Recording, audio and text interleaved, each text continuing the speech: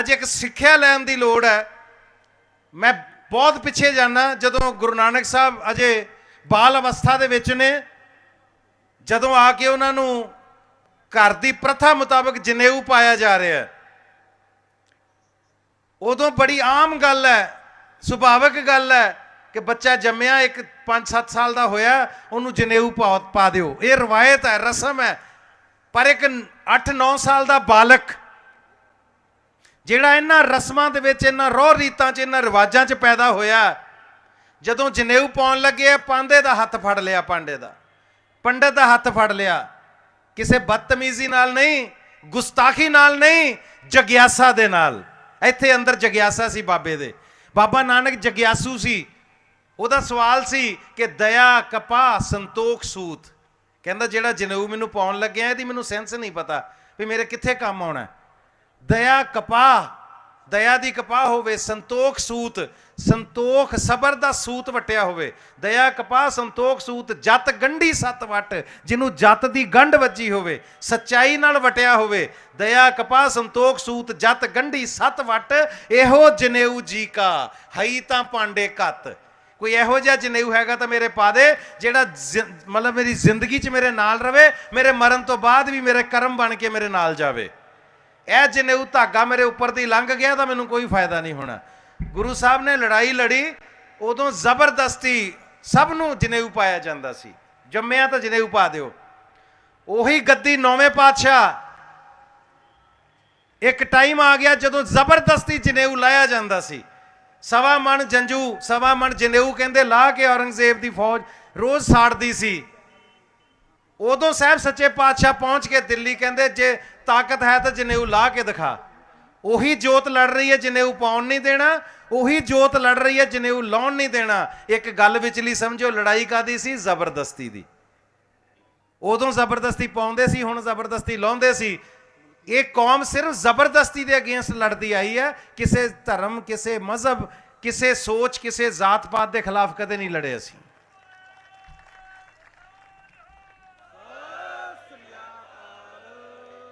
ते लड़ाई हुण भी बार्डरां ते जुल्म के खिलाफ ही चल रही है। ये जुल्म है अपने आप दे विच, किसी नूं कहना कि मैं तेरा भला करना है। आ भाजी खड़े, मैं कहां मैं पैंट लवा के तुहाडी निक्कर पवाउणी, तुहानूं जरा हवा लगदी रहेगी। वो कहते मैं इज्जतदार बंदा, मैं पब्लिक च खड़ा, मैं नहीं पाउणी। मैं कहना पा के तो वेखो, निक्कर बहुत वधिया। वो कहता क्यों पावां यार, मैं घरों पैंट पा के बड़ी सोहनी आया, पर मैं धक्के नाल कह रहा क्योंकि मेरी इस इलाके च चलदी है। तो मैं कहांगा नहीं भी तैनूं तां कमीज लवा के तेन तो मैं बनैन पवाउणी इत्थे। वो क्यों पाएगा बंदा? उन्होंने जो चाहिए होएगा घरों उस तरीके नाल सज धज दे नाल अपनी दे नाल आउणगे। जिहदा चप्पल पाउण नूं दिल करदा, तुहाडे च बैठे चप्पल पा के आए ने। जिहदा बूट पाउण नूं दिल करदा, बूट पा के आया। मैं कौन आ डिसाइड करने वाला कौन की करेगा? वो अज किसान दे नाल जुल्म कीता जा रहा है। मैनूं अज बड़े अफसोस नाल कहना पैंदा कि साडे एक बड़े माणयोग साबका मंत्री पंजाब दे, उन्होंने अपने वालों बड़ी जबरदस्त एग्जाम्पल दी। कहते जदों भी कोई चंगा काम हुंदा लोकी पहलों अड़दे ही ने।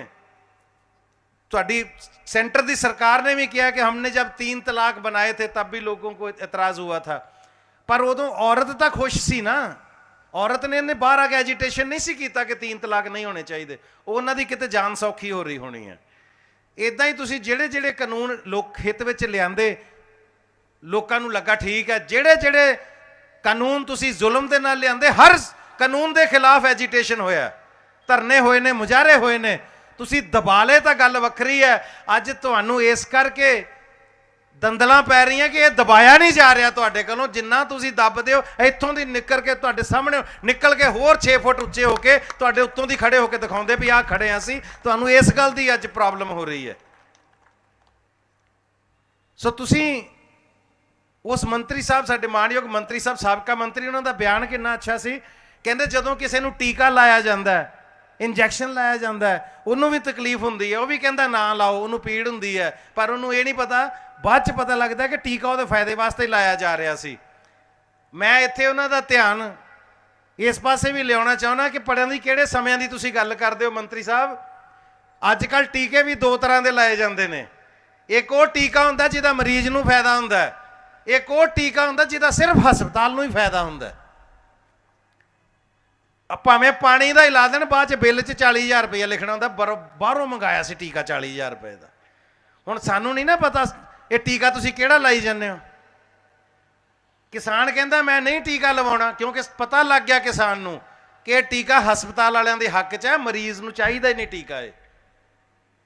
ਫਿਰ ਉਸ ਤੋਂ ਬਾਅਦ ਕਹਿੰਦੇ ਨੇ ਜੀ ਕਿ ਕਾਨੂੰਨ ਤਾਂ ਪਾਰਲੀਮੈਂਟ 'ਚੋਂ ਪਾਸ ਹੋਇਆ, ਰਾਜ ਸਭਾ 'ਚੋਂ ਵੀ ਪਾਸ ਹੋਇਆ, ਹੁਣ ਤਾਂ ਇਹ ਲੋਕਾਂ ਨੇ ਚੁਣੇ ਹੋਏ ਨੁਮਾਇੰਦੇ ਜਿਹੜੇ ਨੇ ਉਹਨਾਂ ਨੇ ਪਾਸ ਕੀਤਾ, ਕੀ ਪ੍ਰੋਬਲਮ ਹੈ ਕਿਸਾਨ ਨੂੰ।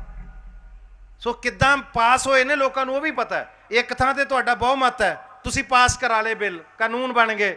ਰਾਜ ਸਭਾ ਦੇ ਵਿੱਚ ਅੱਜ ਤੱਕ ਇੰਨਾ ਵੱਡਾ ਜ਼ੁਲਮ ਕਦੇ ਨਹੀਂ ਸੀ ਹੋਇਆ ਕਿ ਧਵਨੀ ਮਤ ਦੇ ਨਾਲ, ਸਿਰਫ ਆਵਾਜ਼ ਦੇ ਨਾਲ ਪੁੱਛ ਕੇ ਹਾਂਜੀ ਕੌਣ ਹੱਕ 'ਚ ਹੈ ਕੌਣ ਖਿਲਾਫ ਹੈ, ਤੇ ਕਹਿ ਦਿਓ ਹਾਂਜੀ ਸਾਰੇ ਹੱਕ 'ਚ ਨੇ ਜੀ। ਉਹਦਾ ਵੀ ਇੱਕ ਤਰੀਕਾ ਹੁੰਦਾ ਹੈ, ਕਹਿੰਦੇ ਜਿਹੜੇ ਹੱਕ 'ਚ ਨੇ ਇੱਧਰ ਬਹਿ ਜਾਓ, ਜਿਹੜੇ ਖਿਲਾਫ ਨੇ ਇੱਧਰ ਬਹਿ ਜਾਓ, ਉਦੋਂ ਗਿਣਤੀ ਹੋ ਜਾਂਦੀ ਹੈ। ਕੋਈ ਪ੍ਰੋਸੈਸ ਫੋਲੋ ਨਹੀਂ ਕੀਤਾ ਗਿਆ, ਧੱਕੇ ਨਾਲ ਹੀ ਕਹਿਤਾ ਪਾਸ ਹੋ ਗਏ ਪਾਸ ਹੋ ਗਏ ਪਾਸ ਹੋ ਗਏ ਪਾਸ ਹੋ ਗਏ। ਇਹ ਮੈਂ ਕਿਹਾ ਤੁਸੀਂ ਉਹ ਕੰਮ ਕੀਤਾ ਕਿ ਕਿਸੇ ਦੀ ਬੇਟੀ ਨੂੰ ਕਿਸੇ ਦੀ ਧੀ ਨੂੰ ਲਾਵਾਂ ਫੇਰਿਆਂ ਤੋਂ ਬਾਅਦ ਵਿਆਹ ਕੇ ਪਰਨਾ ਕੇ ਲੈ ਕੇ ਜਾਓ, ਉਹ ਗੱਲ ਇੱਜ਼ਤ ਵਾਲੀ ਹੁੰਦੀ ਹੈ। ਅਗਲਿਆਂ ਨੂੰ ਵੀ ਸਮਝ ਹੁੰਦੀ ਵੀ ਅਸੀਂ ਇੱਥੇ ਰਿਸ਼ਤਾ ਕੀਤਾ, ਬੇਟੀ ਮੰਗੀ ਸੀ ਵਿਆਹੀ ਹੈ, ਤੇ ਸਾਵੇਂ ਕਿਸੇ ਦੀ ਧੀ ਨੂੰ ਬੰਦੂਕ ਦੀ ਨੋਕ ਤੇ ਲੈ ਜਾਓ, ਇੱਥੇ ਜਾ ਕੇ ਫੋਟੋਆਂ ਖਿਚਾ ਕੇ ਕੋਰਟ 'ਚ ਸਾਈਨ ਕਰਕੇ ਆ ਜਾਓ, ਹੁਣ ਤਾਂ ਵਿਆਹੀ ਗਈ ਹੁਣ ਤੇ ਹੋ ਗਿਆ ਵਿਆਹ। ਇਦਾਂ ਮੈਂ ਕਿਹਾ ਅਗਲੇ ਖੋਪਰ ਖੋਲ ਦਿੰਦੇ, ਕੋਈ ਨਹੀਂ ਇਦਾਂ ਵਿਆਹ ਮੰਨਦਾ। ਸੋ ਇਹ ਜ਼ਬਰਦਸਤੀ ਦੇ ਰਿਸ਼ਤੇ ਨਹੀਂ ਪ੍ਰਵਾਨ ਚੜ੍ਹਦੇ ਹੁੰਦੇ ਕਦੇ ਵੀ, ਤੇ ਤੁਸੀਂ ਜ਼ਬਰਦਸਤੀ ਦੇ ਕਾਨੂੰਨ ਥੋਪਣਾ ਚਾਹੁੰਦੇ ਹੋ ਲੋਕਾਂ ਦੇ ਉੱਤੇ। ਸੋ ਮੈਂ ਇਸ ਗੱਲ ਦੀ ਅੱਜ ਮੁਬਾਰਕਬਾਦ ਵੀ ਦੇਣਾ ਤੁਹਾਨੂੰ ਪੰਜਾਬੀਆਂ ਨੂੰ ਕਿ ਲਾੜੇ ਤੁਸੀਂ ਹੋ ਇਸ ਯੁੱਧ ਦੇ, ਇਸ ਸੰਘਰਸ਼ ਦੇ ਲਾੜੇ ਤੁਸੀਂ ਬਣੇ ਹੋ ਪੰਜਾਬੀਓ। ਅੱਜ ਵੇਖੋ ਬਰਾਤ ਸਾਰੇ ਹਿੰਦੁਸਤਾਨ ਦੀ ਤੁਹਾਡੇ ਪਿੱਛੇ ਪਿੱਛੇ ਤੁਰੀ ਹੋਈ ਹੈ। ਔਰ ਮੈਂ ਸਜਦਾ ਕਰਦਾ ਸਰਦਾਰ ਨਵਰੀਤ ਸਿੰਘ ਉਹਨਾਂ ਦੇ ਦਾਦਾ ਜੀ ਨੂੰ ਕਿ ਅਸੀਂ ਹਮੇਸ਼ਾ ਭਾਸ਼ਣਾਂ 'ਚ ਗੱਲਾਂ ਕਰਦੇ ਹਾਂ, ਕੁਰਬਾਨੀਆਂ ਵਾਲੀ ਕੌਮ ਹੈ, ਅਸੀਂ ਕੁਰਬਾਨੀਆਂ ਦੇਣ ਤੋਂ ਪਿੱਛੇ ਨਹੀਂ ਹਟਦੇ। ਪਰ ਕਈਆਂ ਨੂੰ ਲੱਗਦਾ ਹੋਏਗਾ ਵੀ ਇਹ ਸਿਰਫ ਭਾਸ਼ਣਾਂ 'ਚ ਜਾਂ ਗੱਲਾਂ 'ਚ ਹੀ ਗੱਲ ਹੁੰਦੀ ਹੈ। ਆ ਤੁਹਾਡੇ ਸਾਹਮਣੇ ਬੈਠੇ ਨੇ, ਹੁਣੇ ਸੀਸ ਦਿੱਤਾ ਇਹਨਾਂ ਦੇ ਪੋਤਰੇ ਨੇ, ਉੱਥੇ ਦੇਖੋ।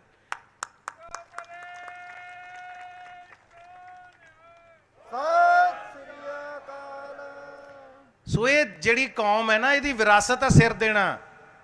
ਸਾਡੇ ਸਭ ਤੋਂ ਜ਼ਿਆਦਾ ਭਗਤੀ ਦਾ ਰਾਹ ਦੱਸਣ ਵਾਲੇ ਗੁਰੂ ਨਾਨਕ ਸਾਹਿਬ, ਉਹਨਾਂ ਤੋਂ ਜ਼ਿਆਦਾ ਭਗਤੀ ਰਸ ਵਿੱਚ ਕਿਸੇ ਨੇ ਰਚਨਾ ਨਹੀਂ ਕੀਤੀ।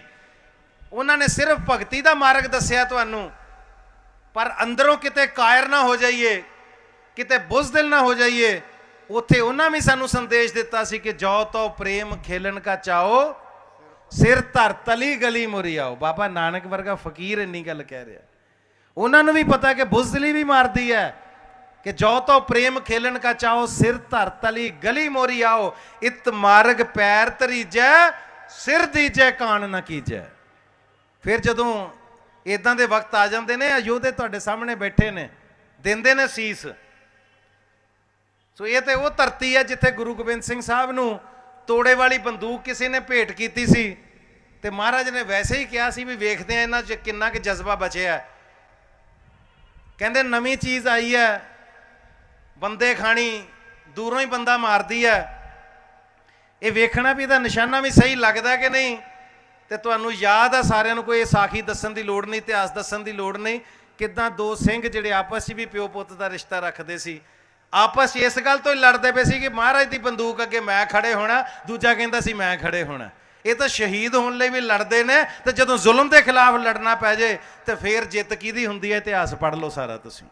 ਜ਼ੁਲਮ ਕਰਨ ਵਾਲੇ, ਜਬਰ ਕਰਨ ਵਾਲੇ। ਅੱਜ ਔਰੰਗਜ਼ੇਬ ਦੀ ਮੜੀ ਦੇ ਉੱਤੇ ਮੈਂ ਆ ਗੁਰੂ ਮਹਾਰਾਜ ਦੀ ਧਰਤੀ ਤੇ ਖੜਾ, ਪਰਮਾਤਮਾ ਦੀ ਸਹੁੰ। ਮੇਰੇ ਫਾਦਰ ਸਾਹਿਬ ਗਏ ਔਰੰਗਾਬਾਦ, ਕਿਸੇ ਕੰਮ ਗਏ ਸੀ, ਕਹਿੰਦੇ ਮੇਰਾ ਵੈਸੇ ਹੀ ਦਿਲ ਕੀਤਾ ਵੀ ਇਹਦਾ ਨਾਂ ਔਰੰਗਾਬਾਦ ਹੈ, ਔਰੰਗਜ਼ੇਬ ਦੀ ਕਹਿੰਦੇ ਕਬਰ ਵੀ ਹੈ ਇੱਥੇ, ਚੱਲ ਕਹਿੰਦੇ ਉਹ ਵੀ ਵੇਖ ਕੇ ਆਈ। ਉਹ ਕਿਹੜਾ ਬੰਦਾ ਸੀ ਜਿਹਨੇ ਇੰਨਾ ਜ਼ੁਲਮ ਕੀਤਾ ਸੀ ਸਾਡੇ ਤੇ। ਉੱਥੇ ਗਏ, ਕਹਿੰਦੇ ਸਿਰਫ ਇੱਕ ਕੋਈ ਉੱਥੇ ਫਕੀਰ ਬੈਠਾ ਸੀ ਜਿਹੜਾ ਕੇਅਰ ਟੇਕਰ ਹੋਣਾ। ਉਹਨੇ ਮਿਹਨਤ ਕੀਤੀ ਜਾਣ ਲੱਗਿਆਂ ਵੀ ਸਾਨੂੰ ਆਦਤ ਆ, ਅਸੀਂ ਜਿੱਥੇ ਜਾਂਦੇ ਮੱਥਾ ਟੇਕਦੇ ਹਾਂ ਉੱਥੇ ਕੋਈ 2 ਰੁਪਏ 5 ਰੁਪਏ 10 ਰੁਪਏ ਜੋ ਵੀ ਹੁੰਦੇ ਉਹ ਦਿੰਦੇ ਆ, ਪਰ ਉੱਥੇ ਸਾਡਾ ਕੋਈ ਬਣਦਾ ਨਹੀਂ ਸੀ। ਕਹਿੰਦੇ ਅਸੀਂ ਦੇਖਿਆ ਯਾਤਰੀਆਂ ਵਾਂਗੂ ਅੱਗੇ ਤੁਰ ਪਏ। ਉਹਨੇ ਪਿੱਛੋਂ ਆਵਾਜ਼ ਮਾਰੀ, ਕਹਿੰਦਾ ਸਰਦਾਰ ਜੀ ਕੋਈ 10 ਰੁਪਏ ਦੇ ਦਿਓ। ਕਹਿੰਦਾ ਕਾਹਦੇ ਵਾਸਤੇ? ਕਹਿੰਦੇ ਹਮ चिराग जलाते हैं यहाँ पे, कोई आता तो है नहीं आप जैसा, कोई आता है तो चिराग जलाने के लिए तेल लाना होता उसके पैसे मांगते हैं। डैडी कहते लानता हो तेरे, अज साडी संगत को पैसे मांग मांग के तेरी कबर ते दीवे जगते पे ने। उत्थे वेख कौम किवें जगदी पई महाराज सच्चे पातशाह दी, सारे संसार च कौम जग रही है। जे किसी नूं शक होवे जाके देख लिओ, उन्हां दी कबर ते अज दीवे भी नहीं जगदे, तेल मंग के दीवे जगते ने। और जेडे लोग खबरां पढ़ते हैं उन्होंने याद होना, ये तो 8-10 साल पुरानी गल है। औरंगजेब की आखिरी जिहड़ी संतान इस वेले कलकत्ते दे विच फुटपाथां दे उत्ते सौंदी है, उस सल्तनत की आखिरी नूह जिहड़ी, उन्हां तो बाद बच्चे किहड़े सानू नहीं पता, आखिरी नूह दरबार साहब आके माफ़ी मंग के गई सी नतमस्तक होके कि सच्चा पातशाह मेरे परिवार नूं, मेरे खानदान नूं माफ़ कर दे, असी बहुत जुल्म कीते, इत्थे बड़े जुल्म कमाए साडे खानदान ने, ते अज असी सड़कां ते सौंने आ, फुटपाथां ते सौंने आ, दिहाड़ियां ला के रोटी खाने आ। कोई मन्नण नूं तैयार नहीं कि औरंगजेब दी औलाद अगों जिहड़ी है इस मुल्क दी नहीं, इस पूरे खित्ते दी मालक हुंदी सी, पूरी शासक हुंदी सी। अज वो हशर ने इन्हां दे। सो जुल्म दी कोई उम्र नहीं हुंदी। जुल्म एक बारी बहुत पब्बां भार हुंदा पर उस तो बाद डिगदा मूँह दे मूँह है। आखिरी गल कह के सरकार नूं बेनती करदा होया कि 300 तो वध शहादतां किसानां दियां उत्थे हो चुकियां ने। कक्करां ने डरा के वेख लिया, सर्दी रुत ने, उत्थे बर्फ जमाउणी ठंड ने, किसान नूं डरा के वेख लिया, उत्थे ही बैठा किसान, ते हुण लूआं ने झंबता किसान उत्थे अज दे गंदे मौसम ने, मच्छर ने, बड़ा कुछ करके देख लिया पर किसान उत्थे अज भी अडोल खड़ा, अडिग खड़ा। ते मौसम ते आही दो ही हुंदे ने, इदों बाद तां मौसम भी कोई नहीं बदलने भी, शायद किसान उठ के चला जाए, फिर ठंड आ जाएगी, उन्हां दी तैयारी है। सो मेरी बेनती है किसान नूं कि जज्बा जिहड़ा यही कायम रखियो, शालीनता दे नाल। जिस तरह तुसी अज अंदोलन चला रहे हो, सारा संसार तुहानू फॉलो कर रहा है कि किस तरह तुसी ईमानदारी दे नाल और सबर संतोख दे नाल ये संघर्ष चला रहे हो। इसे तरह चला के रखियो। और मैं सरकार नूं भी कहना कि बहुत जाना जा चुकी हैं, ये महंगियां पैंदियां हुंदियां, लोगों के मन च कड़तन वधदी हुंदी है। वेला सांभ लो, ये जुल्म जदों रोक दोगे उदों ही भला है। जिन्ना ये जुल्म वधदा जाएगा उन्नियां दूरियां वधदियां जाणियां। सो मेरी बेनती है कि आपां तन मन धन दे नाल किसान दे नाल जुड़े रहिए, अज प्रण करके जाइए कि असीं कदे पिठ नहीं दिखावांगे, पिछे नहीं हटांगे, किसानी दे नाल खड़े आ। मैं सरदार योगराज सिंह साडे सीनियर, साडी इंडस्ट्री दे सरप्रस्त भी ने साडी ऑर्गेनाइजेशन दे, उन्हां दा धन्नवाद करदा कि उन्हां ने सानूं अज इत्थे तुहाडे च आउण दा मौका दिता है और दिल की गल तुहाडे नाल करन दा मौका दिता है। साहिब सच्चे पातशाह गुरु गोबिंद सिंह साहब तुहानूं सारिआं नूं चढ़दी कला च रखन। पिछे परमिंदर भाजी मैनूं नज़र आ रहे ने, यूनाइटेड सिक्स वाले टेंट लगा सामने, ये भी योधे ने, इन्हां दा भी जिद्दन तो संघर्ष चल रहा, बड़ा वड्डा योगदान है। और तीन ही चीज़ां हुंदियां जीवन वास्ते सानूं, कुल्ली गुल्ली ते जुल्ली, ये तीन चीज़ां मिल जाण इंसान मरदा नहीं। बहुत ज़्यादा ठंड सी, इन्हां ने पता नहीं किन्ने सैकड़े टेंट लाते, उत्थे कंबल देते भी लोग अंदर बह के कुल्ली गुल्ली का जुगाड़ किया लोगों के, उत्थे ही गुल्ली का यानी रोटी का जुगाड़ भी किया। सो ये इदां दियां होर उत्थे संस्थावां ने जिन्हां ने किसी चीज़ की कमी नहीं आन दी। इन्हां दे मगर जिहड़ी पावर काम कर रही है वो बाबा नानक ही है, वो सच्चे पातशाह ही ने जिहड़े किसी चीज़ की कमी नहीं आउण दिंदे। पर अपने वल्लों तनदेही नाल लगे हुए ने यूनाइटेड सिक्स, इन्हां वास्ते भी एक बारी ताली मार दिओ जी तुसीं। और मैं दावे नाल कह सकदा कि गुरु साहब का ही महावाक है कि तिंचर मूल ना थोड़ी दे, जिनचर आप किरपाल, धन अखुट बाबा नानका, खाए खर्च धन माल। सो मोर्चे के उत्ते किसान तां की दुनिया आके उत्थे बह के लंगर छक के चली जाए, 10 साल भी संघर्ष चलेगा तो महाराज ने कदे किसी चीज़ की कमी नहीं आउण देनी। चढ़दी कला च रहो, जिंदाबाद रहो हमेशा। किसान मजदूर एकता, किसान मजदूर एकता। वाहिगुरू जी का खालसा, वाहिगुरू जी की फतेह। विसाखी दियां लख लख मुबारकां जी। बहुत बहुत धन्यवाद। हेलो मेरे वीर मंगी माल होनी, सरबजीत चीमा होनी, मलकीत रौणी जी, साडे कलाकार भी बड़े आए ने, होर भी आउणगे। सो जेड़े जेड़े आए ने, हसन मानक बहुत सोहना गा के गए ने। मैं सारिआं दा बहुत धन्नवाद करदा इत्थे पहुंचण ते, बहुत शुक्रिया।